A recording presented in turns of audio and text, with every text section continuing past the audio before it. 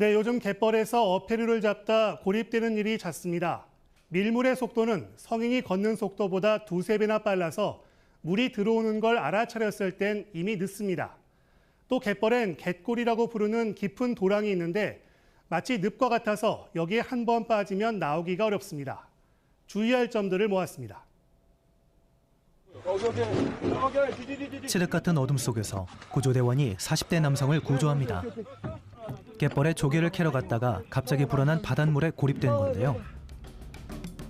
어둠 속에서 해루질을 하다 짙은 안개로 방향을 잃고 오도 가도 못하던 60대 부부 역시 해경에 의해 구조됩니다. 갯벌에서 발생한 안전사고는 최근 3년간 130여 건으로 이 가운데 12명은 목숨을 잃었는데요.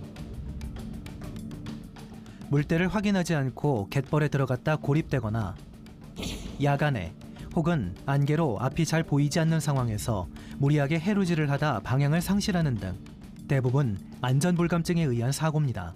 코로나19로 야외 활동을 하는 사람들이 늘면서 그만큼 갯벌 고립 사고도 최근 2년 사이 3배 이상 증가하였는데 대부분 갑자기 들어오는 밀물에 고립되거나 해변에서 너무 멀리까지 갔다가 탈진하는 경우도 다양합니다.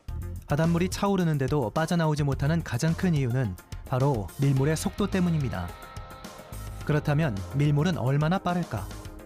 해경 구조대원이 차오르는 밀물과 동시에 갯벌 바깥으로 출발했습니다. 하지만 밀물에 곧 따라잡히고 마는데요. 실제로 밀물의 최대 시속은 15km로 성인이 걷는 속도보다 두세 배나 더 빠릅니다.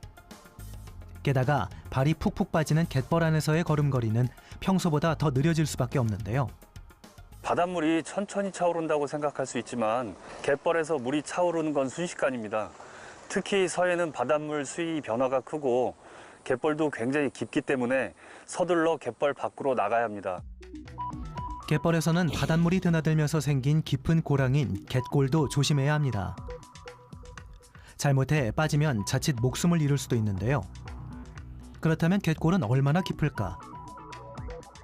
물이 빠진 곳에 장대를 꽂아봤습니다.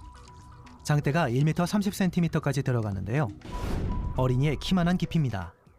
바닷물이 들어왔다 빠지기를 반복을 하면 갯골이 형성되는데 성인도 한번 빠지면 늪과 같아서 자력으로는 빠져나오기가 힘듭니다. 사고 또한 많은 지형으로 육안으로는 그 깊이를 알 수가 없기 때문에 특히 조심하셔야 합니다.